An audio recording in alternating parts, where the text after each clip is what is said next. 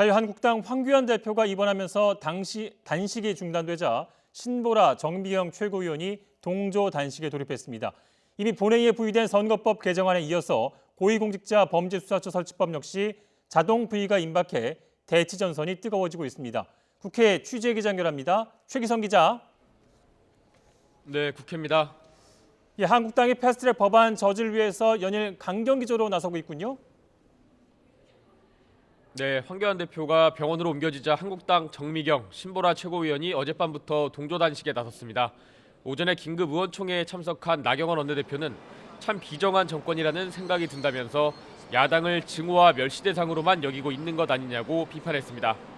또 싸워서 이기는 것밖에 잘못된 정치를 바로잡을 방법이 없다며 단식 투쟁을 이어갈 강력한 정치 투쟁으로 패스트트랙 법안을 저지하겠다고 강조했습니다.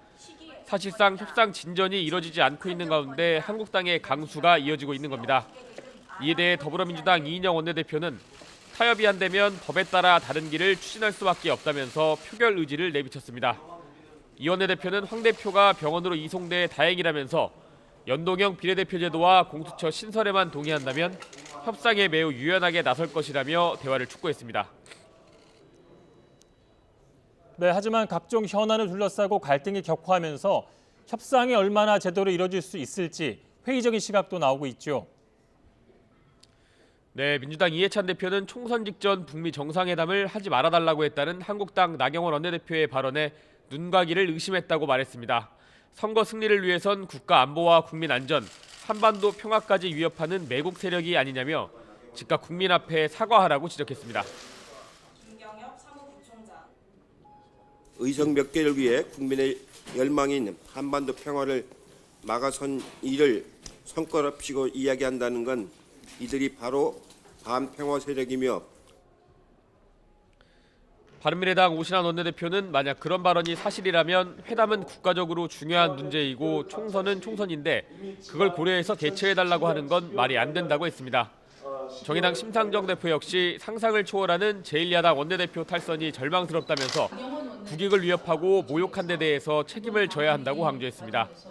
반면 한국당은 최근 불거진 청와대 하명 수사 의혹 등을 고리로 정부 여당을 향한 공세를 강화하고 있습니다. 나경원 원내대표는 지금 드러나고 있는 건 권력형 비리 게이트의 빙산의 일각이라면서 밀실에서 권력을 조정하는 배후가 있을 것이라고 말했습니다. 또 진상조사위원회를 구성해 실체를 파악하겠다며 다른 정당의 국정조사를 수용하라고 요구했습니다. 문재인 정권의 검은 손이 하나 둘씩 그 실체가 드러나고 있습니다.